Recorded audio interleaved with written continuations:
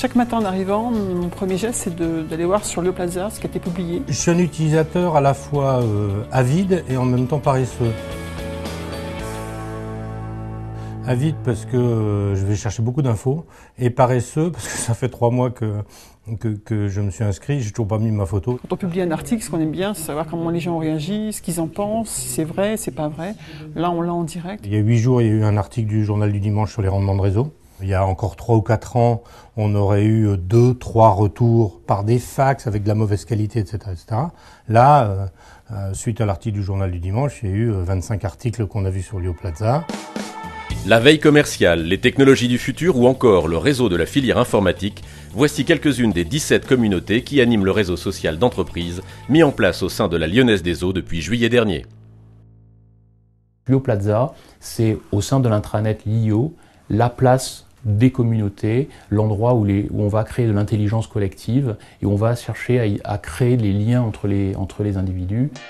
Créer du lien, faire naître des communautés, Lio Plaza ressemble à s'y méprendre à un véritable réseau social grand public comme Viadeo ou Facebook.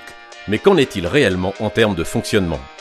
L'idée est plus d'utiliser le grand public comme un laboratoire d'expérimentation pour comprendre ce qui peut être implanté ensuite dans l'entreprise, mais en mettant ses propres codes, les codes de l'entreprise. On a ouvert directement à 6000 personnes. On est passé de 0 utilisateur à 600 utilisateurs uniquement par un buzz interne. Pas de formation préalable pour les employés de la Lyonnaise. Chacun a donc pu prendre en main l'outil à sa façon, avec au final un objectif commun. Donc le but du jeu, c'est de collaborer dans la collecte et le partage de l'information. En fait, ça crée moi, je ne sais pas si c'est du savoir, de la connaissance, en tout cas, ça permet de rassembler des morceaux de puzzle d'informations et avec ça, de créer de l'information à valeur ajoutée, avec une finalité qui est de contribuer au développement commercial. Publier et partager des informations avec ses amis sur Facebook nous paraît aujourd'hui naturel. Mais qu'en est-il au sein de l'entreprise ? Les plus jeunes, la génération Y, pour ceux qui sont habitués à utiliser ce type d'outils, leur pudeur, c'est de ne pas, c'est de poster des choses qui vont être lues par l'ensemble de la hiérarchie. Là, le poids de la hiérarchie joue.